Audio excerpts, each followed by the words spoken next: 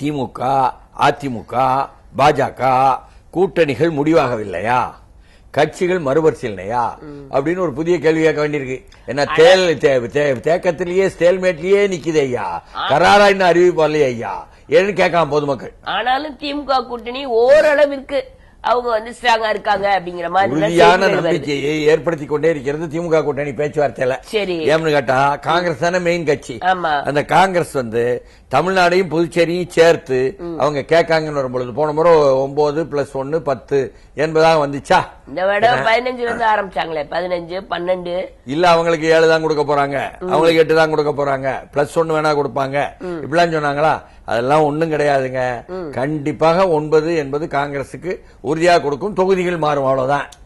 வேட்பாளர்கள் மாறலாம். காங்கிரஸ் கட்சியில் 1 அப்படின்னு சொன்னீங்க. ராஜ்யசபா 1 புதுச்சேரி, ராஜ்யசபால புதுச்சேரி சேர்த்து 10 அவங்க கேட்காங்க. ஆனா இந்த புதிய தலைவர், மாநில தலைவர் செல்வ பெருந்தகை நேற்று பதவியேற்றார். நேற்று பதவியேற்கிறார் செல்வ பெருந்தகை. இது ஒரு பெரிய வரலாற்று சாதனை. என்னன்னு கேட்டா, காங்கிரஸ் கட்சியில் இளைய பெருமாளுக்கு பிறகு ஒடுக்கப்பட்ட சமூகம், அடக்கப்பட்ட சமூகத்தில் இருந்து களப்பணியில் களப்போராட்டத்தில் இருந்து வந்தவர் செல்வ பெருந்தகை. மல்லிகார்ஜுன மேலே இருக்கிறதுனால இவரை தூக்கி விட்டாரா?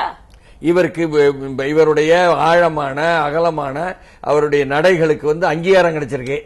ஆனால் அவரு நேற்று இந்த காமராஜ் ஆட்சி அமைப்போம் அப்படின்னு வெளிப்படையா பேசிட்டாரு. அவர் வெளிப்படையா பேசிட்டாரு.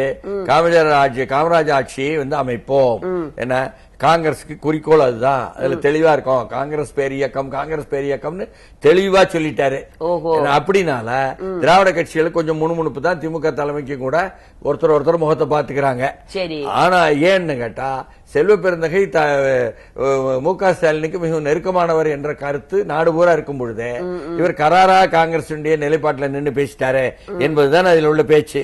அப்ப அவர் கராரா நின்றதுனால இப்ப மற்ற கூட்டணி கட்சிகள் எல்லாருமே எங்களுடைய 2-2-1 அப்படிங்கறத கராரா இருப்பாங்க போல இருக்கு. உண்மைதான். அதாவது சிபிஎம்க்கு 2, சிபிஐக்கு 2, இந்திய யூனியன் முஸ்லீம் லீக் 1, விசிகாவுக்கு 2, என்ன கொங்கு கட்சிக்கு 1, மதிமுக 1 வரும் போல இருக்குது. அது அப்படி பார்த்தா திமுக 23 தானே இருக்கும் பாக்கி.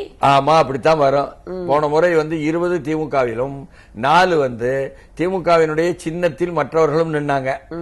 அதுல 1 தான் ஐஜேகே பாரிவேந்தன் போயிட்டாரு. சரி, அதனால அந்த 1 எடுத்து கமலஹாசனுக்கு கொடுத்துடலான்னு முடியும் போல இருக்கு. ஓஹோ. ஆனாலும் கூட என்ன 23 ரொம்ப ராகுலுக்கு நெருங்கினவராச்சே. அப்ப காங்கிரஸ் கொடுக்குமா? காங்கிரஸ் கொடுக்கக்கூடிய கூட்டணி நம்பர்ல கமலுக்கு போகுதா, திமுக நேரடியா கமலுக்கு தனியா கொடுக்குதா என்பதெல்லாமே இன்னும் கேள்விக்குறியா இருக்குது. பதில் சொல்ல. அதனால கூட்டணிகள் கராரான அறிவிப்பு என்பது வெளியே வரல இன்னும். இப்படித்தான் நிலைமை இருக்கு. என்று இருந்தால் இன்னொரு பக்கத்துல அதிமுக கூட்டணிக்கு வருவோம். இனிமே அவங்க கடை விரிச்சு யாருமே வரல, கொள்வார் இல்லை அப்படின்னு சொன்னாலும் அவங்க என்ன பாட்டாளி மக்கள் கட்சியுடன் உள்ளது உறுதிப்படுத்தியாச்சுன்னா ஒரு பெரிய கட்சி வடக்க வலுவாயிரும். அதிமுக கூட்டணிலையும் பாரு வலுவா இருக்குதுன்னு காட்டலாம் என்பதுதான் இருந்தது. ஆனால் அங்கே இன்னமும் சி வி சண்முகத்தின் மூலமாக பேச்சுவார்த்தையை வலியுறுத்தி கொண்டிருக்காங்க என்பதுதான் உண்மை. இருந்தாலும் அன்புமணி நோட்டு சீட்டு எல்லாமே எதிர்பார்க்கிறாராம். அதாவது யார் என்ன எதிர்பார்க்காங்க என்பதல்ல விஷயமே. பாட்டாளி மக்கள் கட்சியில் நிறுவனர் மருத்துவர் ஐயாவினுடைய நிலைப்பாடு என்பதும் என்ன, இன்றைக்கு தலைவராக இருக்கும் அன்புமணி ராமதாஸின் நிலைப்பாடு என்பதிலும் வேறுபாடு இருக்கிறது என்பதுதான் வெளியே வரக்கூடிய செய்தி. எல்லாருக்குமே தெரிந்த விஷயம் தான். ஆனாலும் கூட அதிமுகவுடன் செல்வது என்ற நிறுவனருடைய பக்கத்தில் உள்ள மனோபாவம் இருந்தாலும் அன்புமணி தான் சரி இங்கே பாஜகவுடன் சென்றால் மீண்டும் பாஜக ஆட்சியில நியமன உறுப்பினரும் சரி, அதே சமயம் அமைச்சரும் சரி என்ற படிக்கட்டுகளை பற்றி சிந்திக்க பெரிய மருத்துவர் அசம்பிளி வரக்கூடிய 26க்காக என்ன நாம் அதிகமான தொகுதி வாங்க என்பதை பற்றி சிந்திக்க என்றுதான் செய்தி வெளியே வந்துகிட்டு இருக்கு. இருந்தாலும் இந்த வடக்கு தமிழ்நாட்டை மையப்படுத்திய வாக்குகள்லாம் இருக்கு இல்லையா? ஆமா, அது அனைத்து பாமக பெரிய அளவுக்கு உதவும் எதிர்பார்க்காங்க. திமுகவோ அதிமுகவோ அவங்களுக்கு வந்தா. ஆனால் இதுல என்னன்னு சொன்னா, பொதுக்குழு செயற்குழு எல்லாம் முடிஞ்சிச்சு, ராமதாஸ் கையில கொடுத்துட்டாங்க பொறுப்பு என்று சொன்னாலும் உண்மையில் இல்லை என்ன நிர்வாகிகளை கூட்டி இப்ப சனி அல்லது ஞாயிறு பேச போறோம். பெருவாரியான நிர்வாகிகள் அன்புமணியின் நிலைப்பாட்டை தான் ஏற்றுக்கொள்ற மனோநிலை. அதனால் பாஜக பக்கம் போவதற்கு வாய்ப்புகள் என்றும் அங்கிருந்து கசிது செய்திகள். அதான் தைலாபுரத்துல சனி ஞாயிறு நிர்வாகிகள் கூட்டம், சனியோ அல்லது ஞாயிறோ.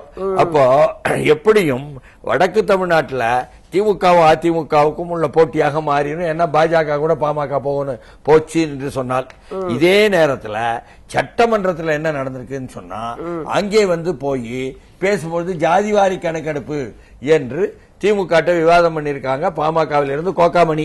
சரி, அப்போ அவர் பாஜக வந்து செய்யாது என்பதை தெளிவாக என்ன மாநில அரசுக்கு அதிகாரம் இருக்குது. என்ன பீகார்ல ஜாதிவாரி கணக்கு நடத்தப்பட்டு 70% இடஒதுக்கீடு கொடுக்கப்பட்டது. ஆனாலும் கூட என்ன அதை வந்து செய்ய மாட்டார்கள் என்பதாக என்ன அவர் வந்து ரொம்ப தெளிவாக அறிவிச்சிட்டாரு. பாஜகவுக்கு எதிராக உள்ள கருத்தாயிற்று. ஜாதிவாரி கணக்கெடுப்புல 10.5 என்பது அதை ஒட்டித்தானே வரணும் வன்னியர்களுக்கு என்ற எதிர்பார்ப்புடனும் பேசுறாங்க வெளியில. ஆனாலும் கூட அந்த கதை அப்படி இருந்துச்சுன்னு சொன்னா, ஆனா அதிமுக வந்து தேர்தல் தேதி அறிவித்த பிறகுதான் அதிமுக கூட்டணி உறுதியாகும் அப்படின்னு நேற்று எடப்பாடி அவர்கள் சொல்லியிருக்காரு.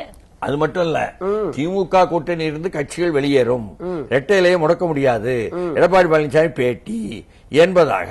அது மட்டும் இல்லங்க, போன தேர்தல் இன்னைக்கே போட்டிருக்காங்க. போன தேர்தல்ல 75 சீட்டு வாங்கணும். அந்த கணக்கை வச்சு பார்த்தோம்னா எங்களுக்கு ஒரு 7ல இருந்து 12 MP சீட்டு உறுதிங்கிற மாதிரி பேசியிருக்காரு. வெற்றி பெறுவோம் என்று நம்பிக்கையோட சொல்றாரு அவர் ஒரு கணக்கெல்லாம் போட்டு. சரி, நமக்கு கிடைக்கிற செய்தி முஸ்லீம் அமைப்புகளுடன் உள்ளது உத்தரவாதம் போச்சு.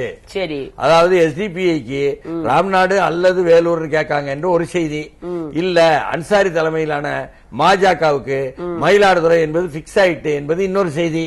இது வந்துகிட்டு இருக்கு என்று மத்தியில GK வாசன் என்ன சொல்றாரு, போய் மறுபடியும் EPS பேசுறாரு, பாஜக பேச நமக்கு செய்தி வர என்ன பேச்சுன்னு நான் தான் ரகசியம் வெளியே சொல்ல மாட்டேன் அவர் சொல்ல, ரகசியத்தை சொல்ல மாட்டேன்னு சொல்லிட்டாரு. இருந்தாலும் அவர் வந்து பாஜகவோடு தான் கூட்டணி என்று முடிவு. ஆனாலும் தேமுதிகவும் அதிமுகவுடன் வரும் என்ற எதிர்பார்ப்புல இருக்காங்க. இப்படியாக எல்லாமே கேள்விக்குறியாகத்தான் இருக்கிறது தவிர முடிவுகள் வரவில்லையே, கட்சியில் மறுபரிசீலனை வேண்டும் என்றதுக்கும் உத்தரவாதம் தெரியவில்லையே என்ற கேள்வியில் நிக்கிது விஷயம்.